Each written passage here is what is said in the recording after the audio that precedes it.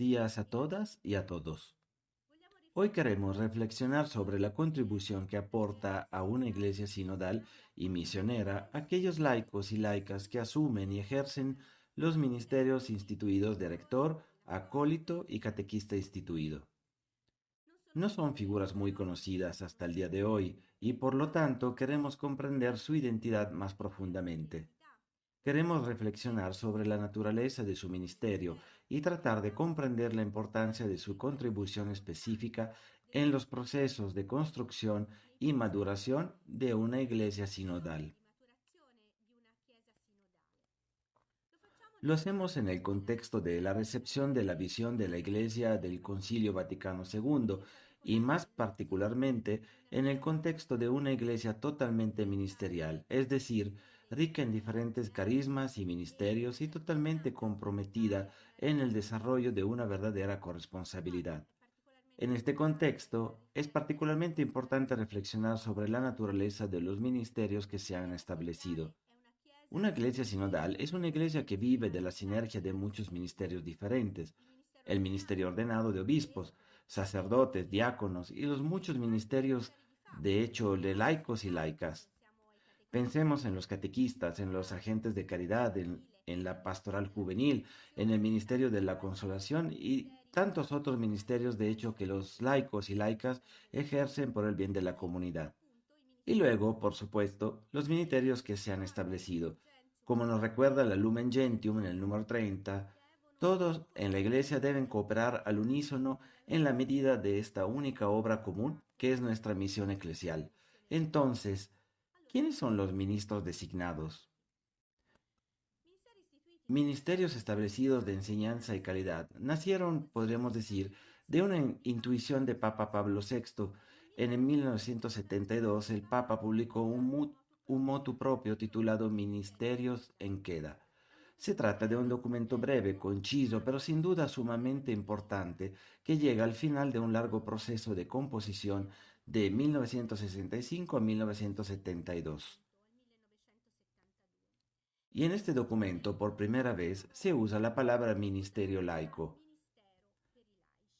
En los documentos del Concilio Vaticano II, de hecho, hablamos del apostolado de los laicos, de los servicios y tareas, de la sustitución y ayuda al clero que se puede realizar, a los laicos que se pueden realizar por los laicos que se pueden pedir a los laicos por parte de la jerarquía.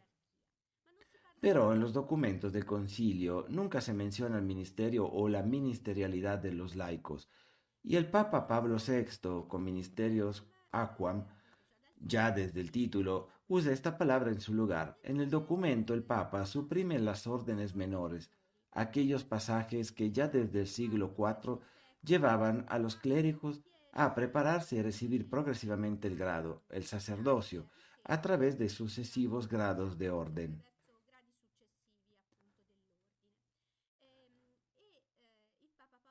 Papa Pablo VI suprime las órdenes menores y nombra dos nuevas figuras ministeriales: los acólitos y los lectores.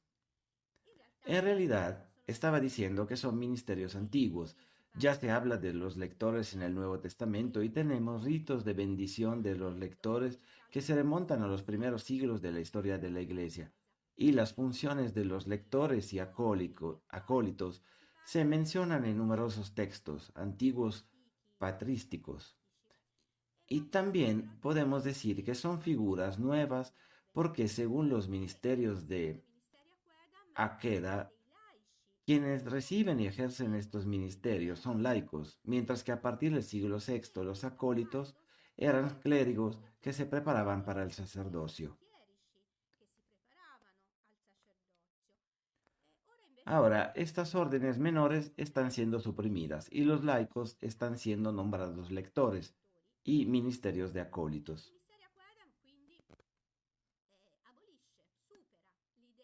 De este modo se supera la idea del cursus honorum a través de diferentes grados y esa visión jerárquica asciende y subyace a la visión del ministerio ordenado hasta Vaticano II. Esa era la perspectiva. Por cierto, en el curso de la historia reciente, se confirieron órdenes menores a los clérigos, a veces varias órdenes en el mismo día, con una entrega de poderes. Esta era la lógica y concretamente no eran ejercidas por estos clérigos en la vida cotidiana de la comunidad cristiana. Y también tenemos que recordar que todas esas órdenes menores tenían funciones, y funciones litúrgicas, culto. Entonces, como escribe el Papa en la introducción al ministerio, porque las órdenes menores no siempre han sido las mismas y también han sido ejercidas por laicos. Parece oportuno, escribe el Papa Pablo VI, revisar estas prácticas y adaptarlas a las necesidades actuales, de modo que se eliminen los elementos que han caído en desuso en esos ministerios, se mantengan y se definan los que resultan útiles, los que son necesarios. Por lo tanto, en esta perspectiva, el Papa Pablo VI pasa a construir estas figuras de lector, el acólito de los laicos que ejercen este ministerio, y estos ministerios se confieren a los laicos para que puedan ser ejercidos eficazmente, entre otras cosas, con un vínculo concreto que se indica en el documento entre el momento litúrgico y la vida pastoral de la comunidad. Lectores y acólitos dicen la centralidad fundamental de la palabra de Dios y el servicio al cuerpo de Cristo para la vida de la Iglesia y para la liturgia eucarística. También en este documento, Papa Pablo VI había establecido que las conferencias episcopales nacionales podían pedir a la Santa Sede que pensara en otros ministerios instituidos según las necesidades pastorales de las diferentes iglesias de los diferentes lugares, aunque esto no sucediera realmente. Y luego se publica un nuevo rito que muestra precisamente en fórmulas y gestos la continuidad de la gran tradición eclesial sobre lector y comité. Pero al mismo tiempo, en las premisas del rito es claro que se trata de figuras diferentes, no clérigos, sino que laicos. Es una forma efectiva de ejercicio la que se está proponiendo. El documento de Pablo VI, sin embargo, tiene algunas limitaciones. Los ministerios instituidos están reservados por Pablo VI solo a los varones, según una venerable tradición. En sí mismos son ministerios fundados en el bautismo, pero están reservados precisamente solo al componente masculino. El segundo elemento es que se mantiene como obligatorios para los candidatos al sacerdocio y el diaconado por una razón pedagógica, como dice el documento, para preparar mejor a los seminaristas para las futuras tareas de la palabra y del altar. Pero esto hace que algunos permanezcan en una especie de cripta, órdenes menores, por así decirlo, con vistas a la preparación para el sacerdocio. Y sobre todo, yo diría que no hay un replanteamiento global del ministerio de la Iglesia, empezando por los ministros, por estos nuevos ministerios, y siguen siendo, en la mayoría de los casos, figuras desconocidas para los cristianos, incluso para los cristianos practicantes. Y luego de lo que se denuncia repetidamente en la exclusión de las mujeres. Y esto lleva a una casi superposición o repetición entre ministerios que de hecho son ejercidos por tantas mujeres. Pensemos en los ministros extraordinarios de comunión y en los ministerios instituidos, en este caso los acólitos. El tan esperado punto de inflexión llega 49 años después de los ministerios, en 2021, cuando el Papa Francisco publica un motu proprio titulado Spiritus Domini, con el que modifica el Código de Derecho Canónico al Canon 230. Y ahora las mujeres pueden ser instituidas como lectoras y acólitas.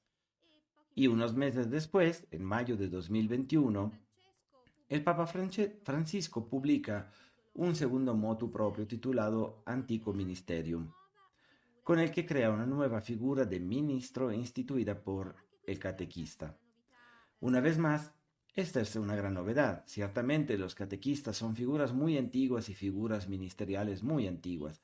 El Nuevo Testamento habla de ella, los escritos de los padres de los primeros siglos hablan de ella, pero no teníamos un antiguo rito de institución, de bendición del catequista, y las órdenes menores eran, como hemos dicho, tareas litúrgicas. Aquí, en cambio, tenemos una tarea eminente, directamente pastoral, de formación, de educación en la fe. Podemos profundizar en el significado y la naturaleza de estas figuras ministeriales, lectores, acólitos y catequistas instituidos, hombres y mujeres. Voy a leer las tres cartas que acompañan a estos pasajes. Carta del Papa Francisco al Cardenal Ladaria con motivo de la publicación de Spiritus Domini. Carta de Monseñor Rupp, prefecto del Dicasterio para el Culto Divino, que acompaña el rito para la institución de los catequistas, y de nuevo la carta de Papa Francisco de agosto de 2022 por los 50 años de ministerio, en la que presenta esta raíz bautismal del ministerio del Evangelio. Por lo tanto, este pasaje es un pasaje relevante, pero algunos, en el momento de la publicación de los ministerios, y más tarde de Spiritus Domini y del antiguo ministerio, han juzgado este pasaje en algunos aspectos como un saquintos clerical inútil y le han dado un juicio negativo o al menos sospechoso. Algunas personas dicen, pero ya hay ministerios de facto de laicos comprometidos como lectores, como ministros extraordinarios de la comunión. El riesgo de que sean considerados, dicen algunos, como una especie de medalla al mérito para aquellos agentes pastorales más fieles o más comprometidos. Pero cuando hablamos de ministerios establecidos, no estamos pensando en una ratificación de los existentes, sino que estamos hablando de nuevas figuras ministeriales. Y en el contexto de carácter multiministerial, yo diría que constitutivo de la vida eclesial. Por lo tanto, me gustaría abordar la pregunta: ¿quiénes son los ministros designados? ¿Cuál es su función específica en una iglesia sinodal? Y sobre todo, ¿por qué existen? ¿Dónde está la diferencia con otros ministerios de facto de los laicos? El primer paso que quiero dar es que estemos hablando de ministerios y pensando en la definición y descripción que Madre Congar da de ellos. Hablamos de ministerios cuando hay una actividad de servicio eclesial que se inspira en un carisma, en un don del Espíritu Santo. Y esta actividad, cuando asume el carácter de un servicio determinado, continuo en el tiempo, reconocido por la Iglesia, por el obispo, como una realidad que edifica la comunidad cristiana. Cuando se cumplen estas condiciones, es llamado y definido precisamente con el ministerio. Y hoy tenemos tres tipos de ministerios en la Iglesia Católica: el ministerio ordenado, el obispo, los sacerdotes, los diáconos y los muchos ministerios de facto que mencionamos anteriormente, y luego los ministerios instituidos del erudito de caridad y el catequista. Para comprender la peculiaridad, la especificidad de cada ministerio, es bueno mirar en primer lugar el fundamento, la fuente, y luego se constituyen los obispos ordenados, presbíteros y diáconos, con el sacramento del orden sagrado para toda la vida. Y así llegamos a asumir un ministerio, de hecho, cuando hay un mandato del obispo o del párroco, con una oración o con una celebración de un mandato, en el que se puede ejercer el tiempo durante el cual debe y puede ejercerse ese ministerio de catequista, ministro extraordinario de la comunión. 1 año, 3 años, 5 años. El caso de los ministros establecidos, el fundamento se basa en primer lugar en el bautismo, el rito de la institución. Entonces hay un rito particular, un sacramental que suele presidir el obispo en la catedral,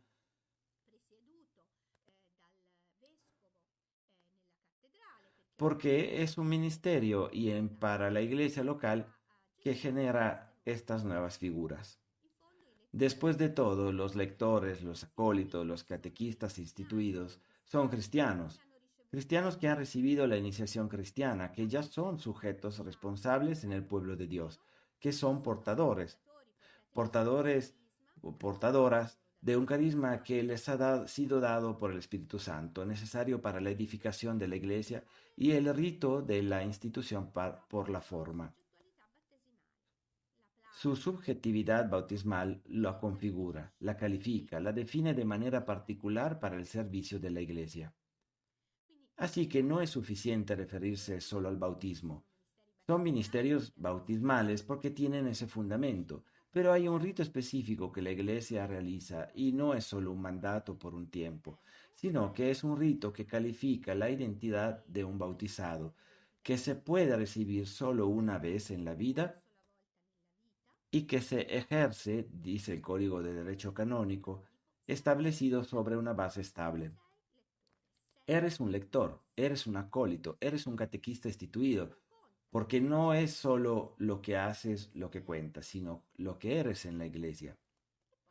Luego, después del rito de institución, el lector acólico puede recibir una carta de mandato en la que el obispo y sus colaboradores especifican dónde se ejercerá ese ministerio en la Iglesia.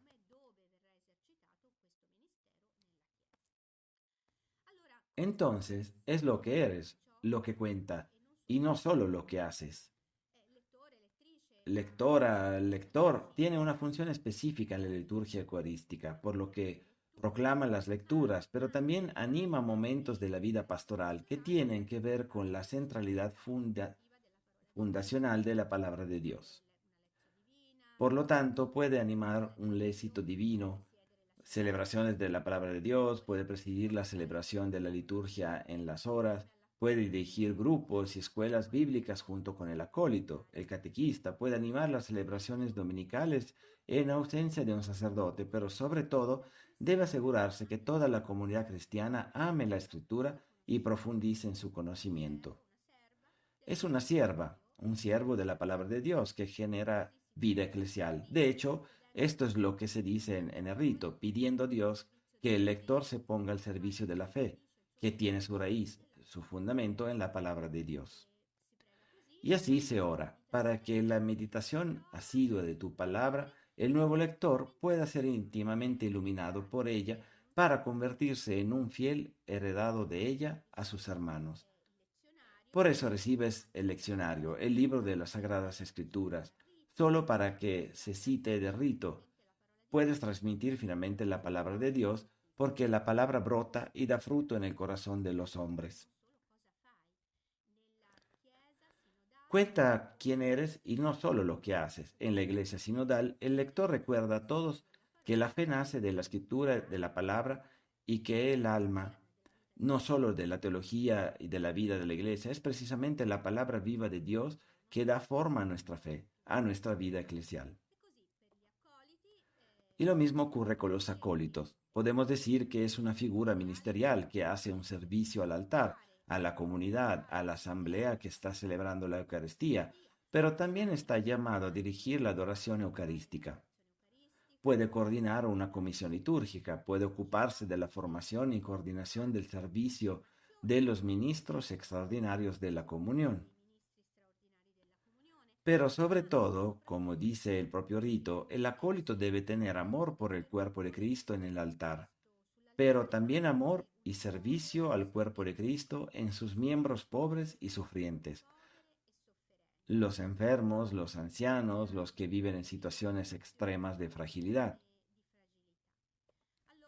Así que la calidad y el coro transmiten un mensaje a todos con su vida y con su pasión por la Eucaristía, por el cuerpo de Cristo. Es el hecho de que la Iglesia tiene su cumbre, su fuente de vida en la Eucaristía, a través de la cual la Iglesia se edifica y crece como pueblo de Dios. Y aquí pedimos y decimos al futuro acólito o acólita, ama al cuerpo místico de Cristo con amor sincero, que el pueblo de Dios, específicamente los pobres y los enfermos, cumplan así el mandamiento nuevo de Jesús dio a los apóstoles en la última cena. Amaos los unos a los otros como yo os he amado. Se trata pues de distribuir el pan de la vida a los hermanos, pero también de crecer en la fe y en la caridad para la edificación del reino de Dios y de la Iglesia.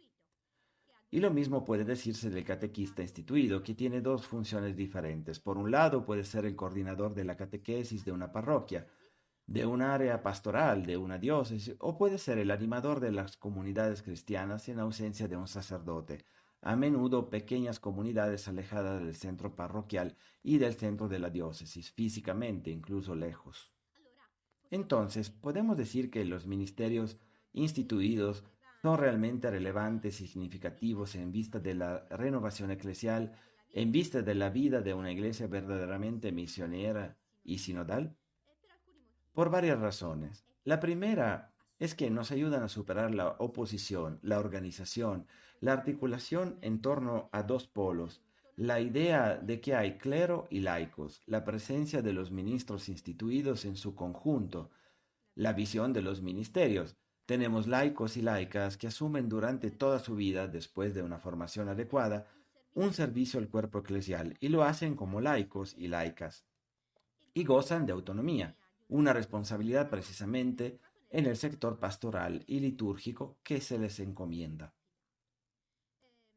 Hemos visto que con los ministerios que abolieron las órdenes menores y luego la presencia de los ministros instituidos, ayuda a deconstruir esa idea jerárquica del ministerio ordenado.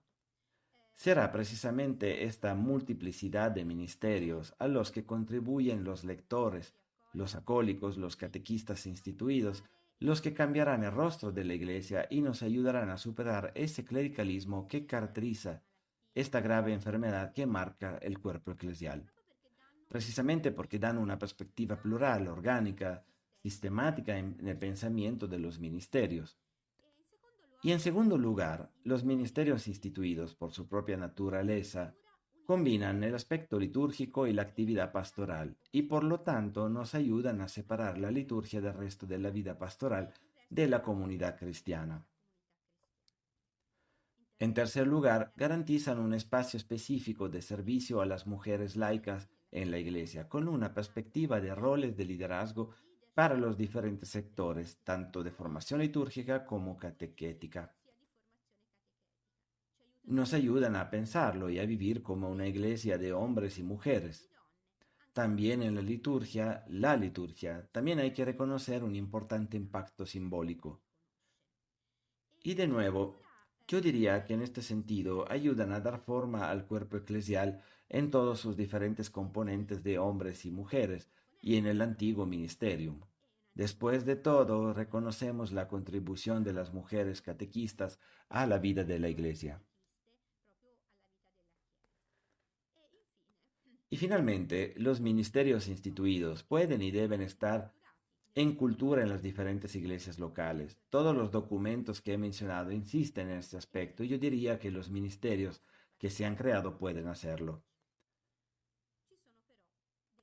Sin embargo, hay resistencias que debemos reconocer y que también debemos superar. Sigue habiendo algunas resistencias, especialmente en algunos contextos eclesiales y culturales. Pensando en las mujeres en el altar, hay muchos estereotipos que a veces pasan desapercibidos dentro de nosotras. En segundo lugar, está el temor a la clericalización o a la profesionalización excesiva de los laicos, el temor de que se cree una especie de élite de levitas, de intermediarios entre los sacerdotes y la asamblea cristiana. Y todavía hay algunos que temen que se pierda la riqueza de la contribución que proviene de los muchos ministerios de facto de hombres y mujeres laicos. Ojalá que estos ministerios instituidos terminen debilitando la contribución de los ministerios, de hecho, de los lectores, de los ministros extraordinarios, de la comunión, de tantos catequistas, hombres y mujeres que trabajan en nuestras comunidades cristianas. Son indudablemente riesgos presentes, son resistencias presentes en nuestra mentalidad. Pero yo diría que no debemos tener miedo de involucrarnos en la promoción de estos ministerios que se instituyen y que enriquecen nuestra comunidad cristiana. Y la diferencia con los ministerios, de hecho, es evidente tanto en el campo de acción, porque los ministros instituidos están al servicio de la iglesia local y para la iglesia local, no solo en las parroquias. Pueden ejercerse en muchos lugares de la vida cristiana, además de las comunidades parroquiales, hospitales, pequeñas comunidades, residencias de ancianos, universidades. Y luego hay una diferencia con los ministerios de facto, que tiene que ver con el cambio de formación previa y es una responsabilidad que se asume de por vida. Y va más allá de una lógica de sustitución que a veces podría jugar o estar presente en los ministerios de facto. En este sentido, tanto para la formación como para la responsabilidad asumida en y ante la comunidad cristiana, me parece que los ministerios instituidos son verdaderamente una fuente de renovación y maduración del sentido eclesial. Para concluir, me gustaría dejarles con una foto. La imagen es la de la danza, es la del ballet, de una coreografía. En danza tenemos un cuerpo de ballet, tenemos muchos sujetos diferentes que, junto con el movimiento de sus cuerpos, con sus movimientos, con la relación entre ellos, crean una escena y juntos transmiten una narrativa a través de la danza de sus cuerpos.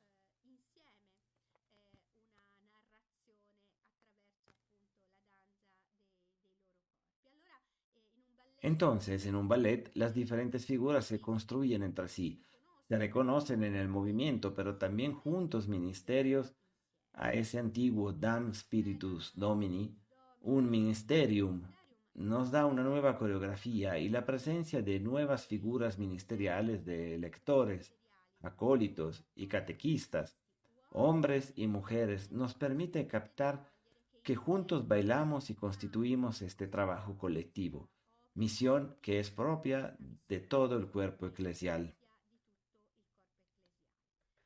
Nos ofrecen la posibilidad de pensar más ricamente la vida comunitaria, nos ofrecen un testimonio y una realización concreta de una diaconía común más eficaz y nos permiten vivir una liturgia eucarística más viva y más vital. Es hora de promover y reconocer el valor de los ministerios instituidos en y para una iglesia sinodal.